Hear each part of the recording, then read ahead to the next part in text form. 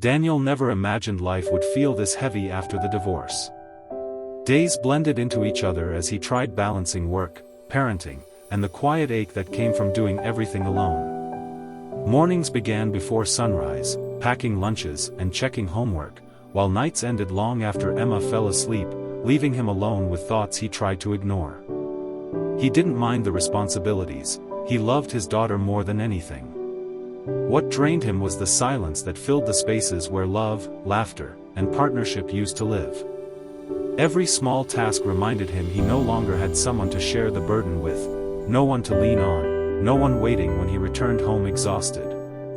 The loneliness settled into the corners of the apartment like an invisible weight, and even though he kept moving forward, part of him quietly wondered how long he could continue holding everything together on his own. Maya entered Daniel's life without effort, almost like a gentle breeze slipping through a half-open window. She lived just across the hallway, always moving with a calmness that stood in complete contrast to the storm Daniel carried inside.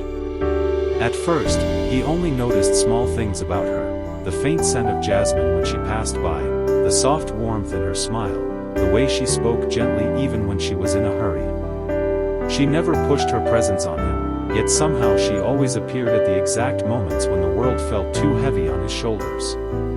Whether she was feeding her cat in the hallway or simply greeting him with a quiet, "Good morning," she carried a comfort he didn't expect from a neighbor. She became a subtle reminder that not every part of life had to feel rushed or exhausting. Sometimes, kindness shows up in the simplest forms. It happened on an evening when Daniel felt more worn down than usual, carrying the weight of a long day on his shoulders. He stepped out to take the trash, hoping a brief moment outside would help him breathe, but instead he found Maya standing near her door, taping a note for a package. She looked peaceful in a simple sweater, her hair loosely tied back, completely unaware of the quiet storm inside him. He glanced for just a second too long, admiring a calm he hadn't felt in years, and the moment she turned, he panicked and looked away, pretending to fix a shoe that didn't need fixing. But Maya stepped closer, not with judgment, not with teasing, but with a softness he didn't expect. She said his name for the first time, then gently added, "If you want to look, just ask." And in that single sentence, his entire world paused. After that night, something subtle began to shift between them.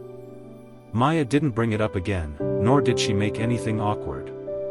Instead, she showed her presence in small, thoughtful ways that slowly began to chip away at the walls Daniel had built around himself. Some mornings, he would open his door to find a small container of warm muffins with a simple note that said, "For you and Emma." Other times, she would catch him struggling with grocery bags and quietly step in to help, never making him feel incapable or embarrassed. Even on days when Daniel returned home exhausted, she seemed to sense it, offering nothing more than a gentle smile or a soft, "Rough day?" Emma, always perceptive, quickly grew attached to her, as if she recognized the kindness Daniel kept trying to ignore. And without realizing it, he began looking forward to those small moments more than he expected. One rainy evening, everything spiraled at once. Emma had been perfectly fine earlier, but within an hour, her fever shot up so quickly it left Daniel frantic. He held her close, feeling her small hands trembling against his chest as he struggled to think clearly. His car refused to start, the storm outside grew heavier, and panic began to rise faster than he could control it. Just then, Maya opened her door, her face instantly shifting from calm to concern. She didn't ask unnecessary questions, she simply listened to his shaky explanation and grabbed her coat without hesitation. In the car, she kept glancing back at Emma, whispering soft jokes to distract her from the fear, gently brushing hair from her forehead with a tenderness Daniel hadn't seen in years. At the clinic, while he filled out forms with trembling hands, Maya stayed beside Emma, steady and present. And in that moment, Daniel realized he wasn't facing everything alone. When Emma finally stabilized and the rush of fear began to fade, Daniel stepped outside the clinic to catch his breath. The night was quiet, the rain softer now, as if the world was slowly settling again.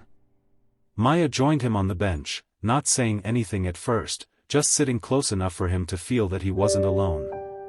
After a moment, she spoke gently, telling him he didn't have to carry everything by himself, that being strong didn't mean never letting anyone in. Daniel tried to brush it off, saying he was used to managing life on his own, but Maya shook her head softly.